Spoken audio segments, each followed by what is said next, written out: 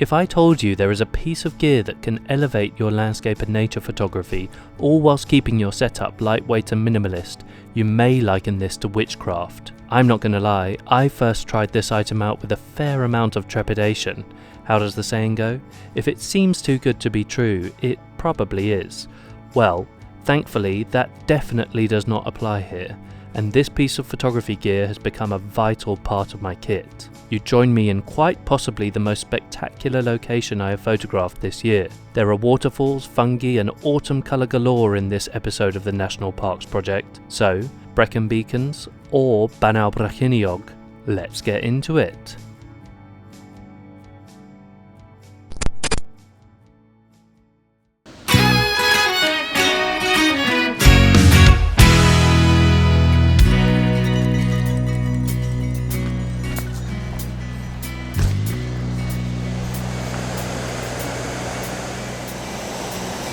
Hello everyone and welcome back to another episode of the National Parks Project. Today I am in the beautiful, absolutely stunning Brecon Beacons National Park, and you can see behind me, this is what we're after today, waterfalls. And I hope you guys can hear me because it's actually so loud here that I can barely hear anything else other than water right now. So there could be literally an army forming, ready to shoot me down up there. I can't hear a thing, so I hope you guys can hear me. So today I am in an area of the Brecon Beacons called the Four Waterfalls Walk, and it's a super popular place for tourists, photographers, families. This waterfall that I have got to first is the first one along the trail, I believe. So if you don't mind my pronunciation, I'll tell you what it's called. It's called Skrid, Skrid Waterfalls, and it's also called Pwylber, which I think means boiling pool. So yeah, excuse my bad Welsh there, but at least I gave it a go. But today we are basically going to be trying out a piece of gear that I have wanted to show you guys for so long.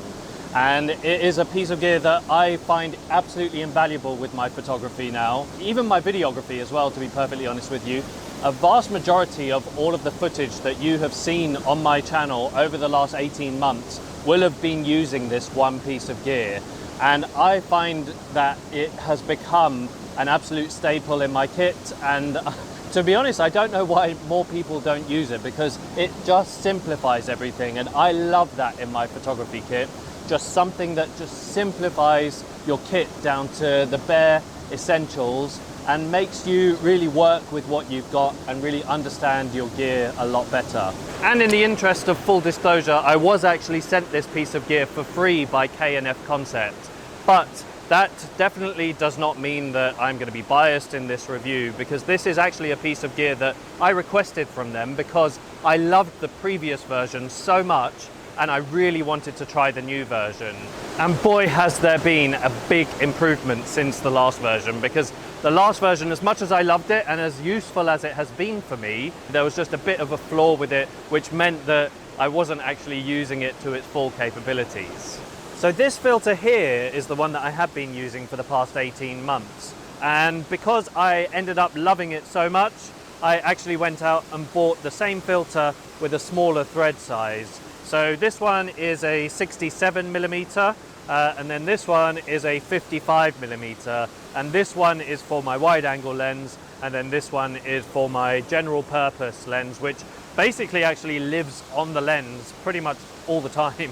So I've always quite liked the polarized look with my landscape photography, and I have usually used a polarizer on many of my shots throughout the years. And this time of year especially, a polarizer just comes into its own.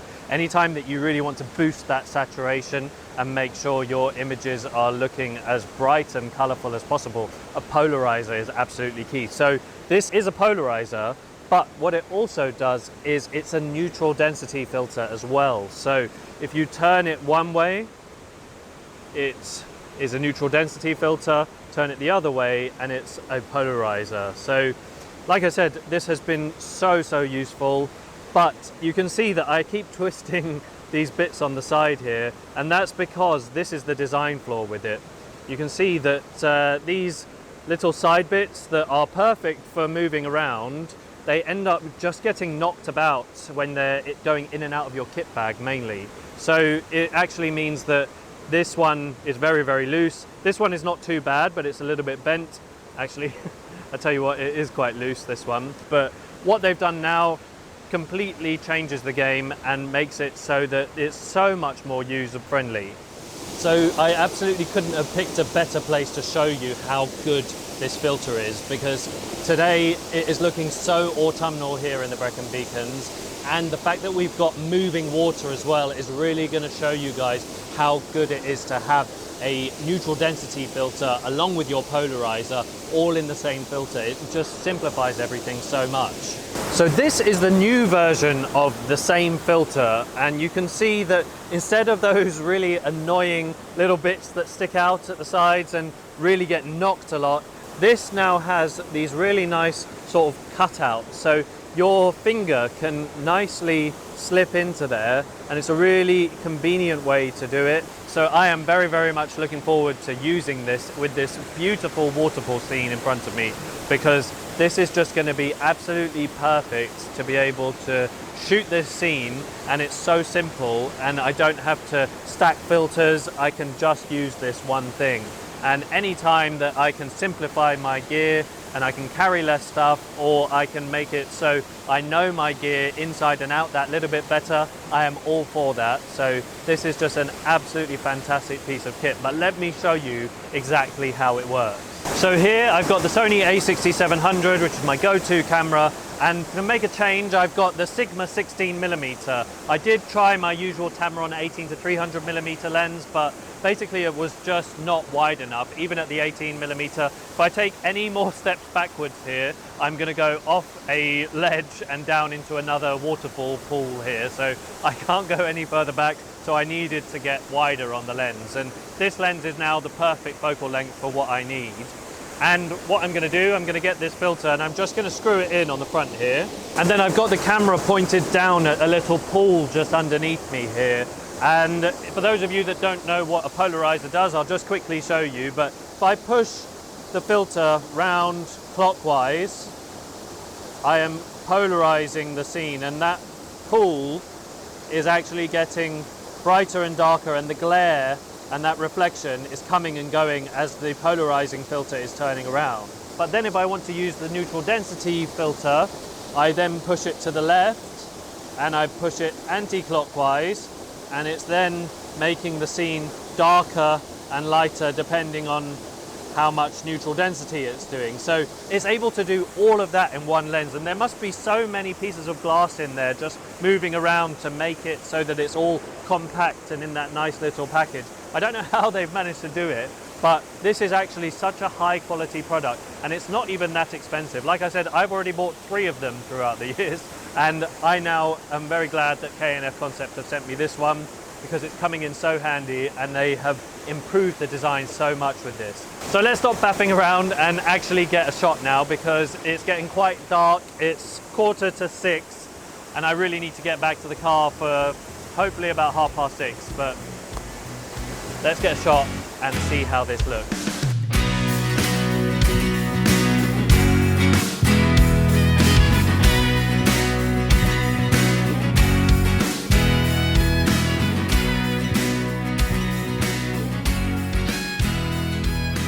So as much as I want to stay here and carry on shooting, the light is fading and I need some dinner. So I'm going to get back to where I parked. I'm camping, so I am going to be making a nice camping meal, and it's going to be a Welsh classic, this one. So I've left the waterfall behind now, and it's nice to not have the sound of the waterfall going on. It's unbelievable how you just get used to it after a while, but yeah, it's pretty deafening actually being down there. But while I was down there, I met a lovely other photographer called Tom. So hey Tom, I think he's going to check out the channel, and yeah, it's just nice to talk to like-minded people and have a chat about landscape photography and everything. Right, so unfortunately the light is fading so fast that I'm going to have to get this done really, really quickly. So the meal for the Brecon beacons, we have got Welsh rarebit, which for those of you that aren't familiar, I wasn't really until I actually looked up the recipe and everything, but it's basically like a really fancy cheese on toast. So you make this like really thick sort of cheesy sauce and then you put it onto the toast. So at the moment I've started on the sauce. In fact, I need to turn that down. The pan's going crazy. So far in here we've got some flour and butter, which started it all off. Then I put a load of herbs and spices in, and then in fact I'm going to take that off. This pan's actually quite bad for being quite sticky, so I don't want to overdo it and burn it, which it kind of smells like it already has, to be perfectly honest. Oh wow, yeah, that's looking very saucy. But yeah, a load of herbs and spices, and Worcester sauce was one of the main ingredients as well. And then actually a drop of this beer. And this is the beer that we've got for the Brecon beacons. So this is called Gower Gold, and it's Gower Brewery. So technically not actually within the Brecon beacons, but I picked this up from a local farm shop, and this was the only beer they had basically. So I am actually quite glad of it now. So let's give it a try. That's actually really good. Not cold, obviously. I'd give that an 8. Good solid 8. And then I've got some lovely sourdough. So for those of you that aren't in Britain, we've got this brand called Jason's, which is a really popular sourdough. My wife loves it. This is their ciabattini, one of the better ones. So we're going to have the sourdough toasted in a moment once this is all thickened up. So I'm just going to break up a few more bits of this extra mature crumbly cheddar into there, and in 5 minutes time, well, hopefully we should have the best sort of cheese on toast that I've ever had. Otherwise I'm screwed, because this is the only thing I've got to eat tonight. Oh, actually, apart from the sweet treats. And I'm gonna spoon over some of this cheesy sauce, and then I'm actually gonna just garnish it, actually, very posh. I'm gonna put some thinly cut spring onions on the top.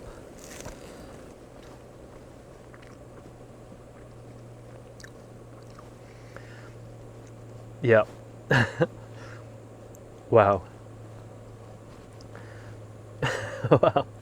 That's so tasty. It's so nice. I honestly didn't have high hopes for this. Like, cheese on toast doesn't sound like much, but that is definitely the best cheese on toast I've ever had. That's so good. Wow. Well, I'm going to enjoy at least one more of these. Probably 2 more if I'm honest, because I've got so much cheese sauce there. I'm going to finish this beer off and then get camp set up for the night. Oh. Cheers, guys.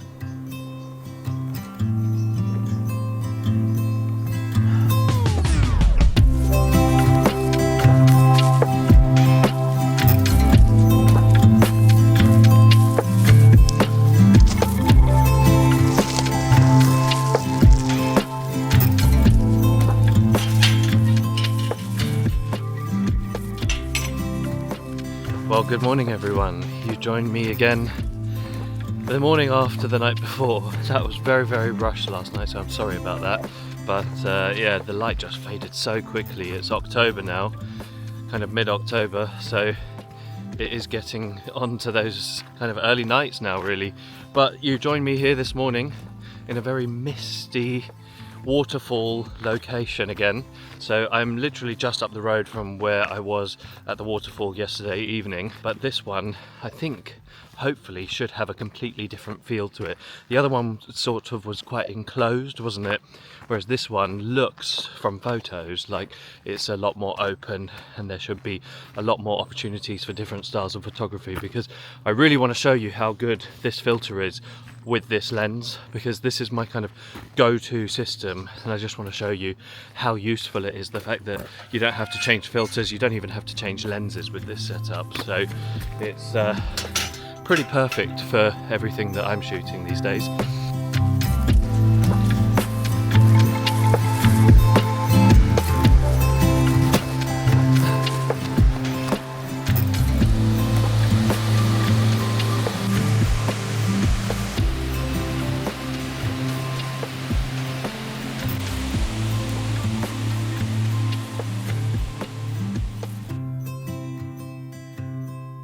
Well, it's official. This place is mind-blowing. I had no idea it was going to be like this. It's so just grand and fantastic. I was literally expecting it to be, you know, maybe just a bit of a trickle, but there's so much water coming through this waterfall at the moment. So I'm very, very impressed and a little bit overwhelmed, if I'm honest with you. I often feel like this coming to a new location. You know, you haven't been here before, you sort of are a bit apprehensive, and you get there and you feel like, oh God, how am I going to do this place justice in just one morning of photography? And to be perfectly honest with you, I hope I do, but it's really tricky actually to try and find a good composition with this because there's lots of trees around, so it's very difficult to find a nice clean composition. So pretty much the trees sort of have to be included because otherwise you'll be zooming in way past the trees if you want to get a good shot of the waterfall. So I have seen another shot that I want to take a bit wider, but for this one, this is going to be a good chance to use the telephoto lens. So this is my go-to setup. So it's the Sony a6700, the Tamron 18 to 300 millimeter, and then this KNF Concept polarizer and variable ND. So this is just so simple. It means that I can shoot in full frame terms from 28 to 450 millimeters, all in one lens and all on one camera. This is good for video as well. And then I never have to really change filters. As I said yesterday, the only times I really take this off nowadays is when it's getting a bit darker and I need to just allow more light into the sensor. So I'm looking forward to shooting this, but like I said, I really want to try and do it justice.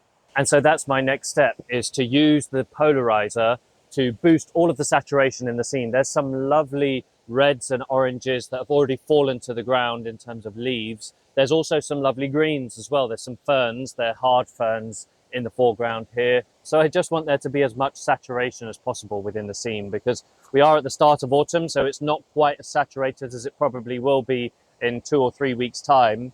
And also we're in an oak woodland, and oaks aren't really the best tree in terms of autumn color. If we were in a beech woodland, it would probably be a lot brighter and a lot more colorful. And then after I've used the polarizer, I'm then going to mess around with my shutter speed to get it to be as long as possible without it being too much camera shake, because at the moment it's at 2 seconds and I don't want it going too far to the point where it's too long of an exposure, and I am on quite spongy, mossy ground here, so it's just going to end up introducing camera shake if I go too long with the exposure. But the beauty is that, as I've said, I don't have to change filters. Polarizer, the neutral density filter, it's all in one. So that's the beauty of this setup, really. Right, should we get another shot in the bag?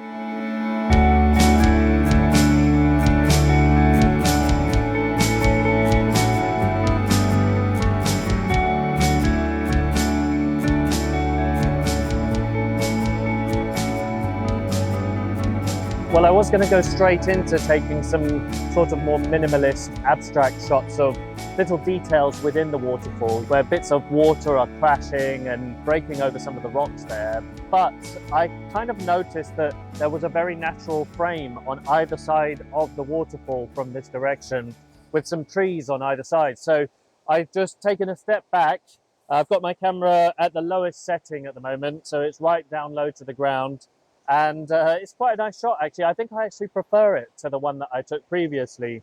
And I've taken a couple of variations of it just to show you the difference between polarized and non-polarized, because it's quite striking, actually, the way it actually has that effect on the rocks, where it is able to cut out all of that glare and at the same time boosting the saturation as well. So if you don't have a polarizing filter in your kit, you need to get one. I feel like it's just a must-have in every landscape photographer's kit. And I am surprised sometimes when people haven't even heard of it. And this is the best one to get, absolutely, because it combines those two filters together. And it means that you can basically have such a minimalist kit.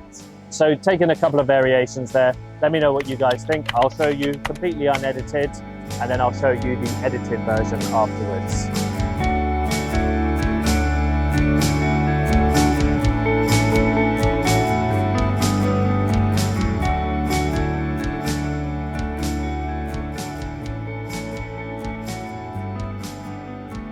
Well, I've definitely made the most of this lens setup today. I've shot right from 18mm all the way out to 300. So I got some lovely abstract stuff zooming right into the actual details of the waterfall itself.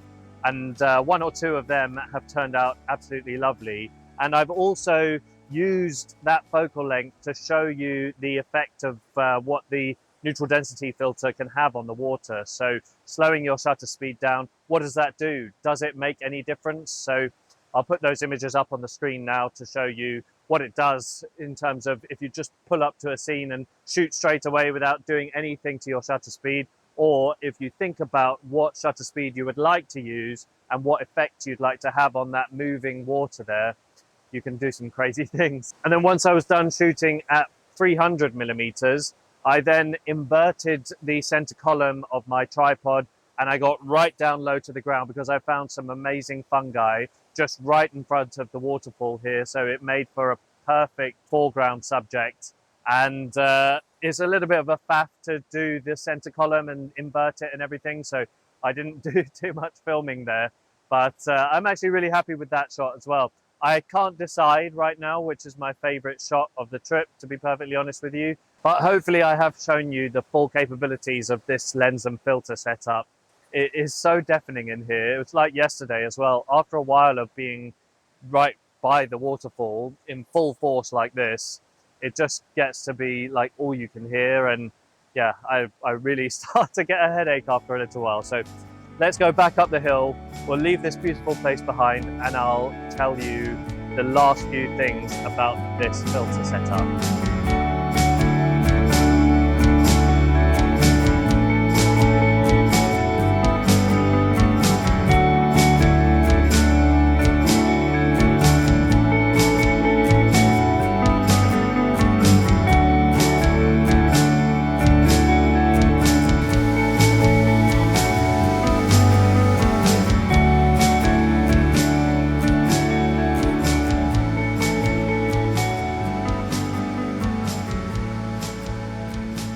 So the last few things to mention then before we get back to the car, I just wanted to say about this case. I love this little case here. Look, you undo it like that and then, whoa, that's pretty cool, right?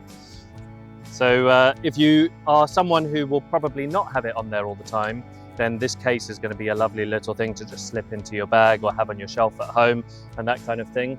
And then the other thing is it's ND2 to 32 in terms of how much light it will stop out. And another cool couple of features, it's got something called nanotech, which is not the nanotech that we know from Marvel films, but it's actually the scratch resistance on the glass, which I find to be actually really reliable. And it's also got a mechanism inside the filter as well, which stops it from having that nasty X. So before it gets to that point, it stops itself, and it means that you'll never have that in your images. And I'll leave a link in the description below if you'd like to check out this filter for yourself. Okay, so that's it for the Brecon beacons. That was an incredible photographic journey. I absolutely loved those waterfalls. I thought it was so stunning, especially this morning.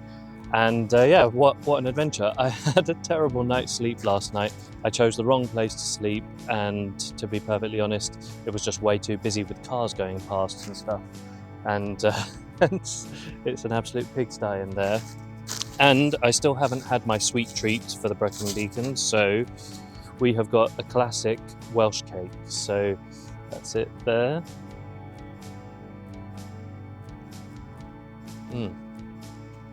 Lovely. They're like a flattened scone, basically, or scone, depending on your persuasion.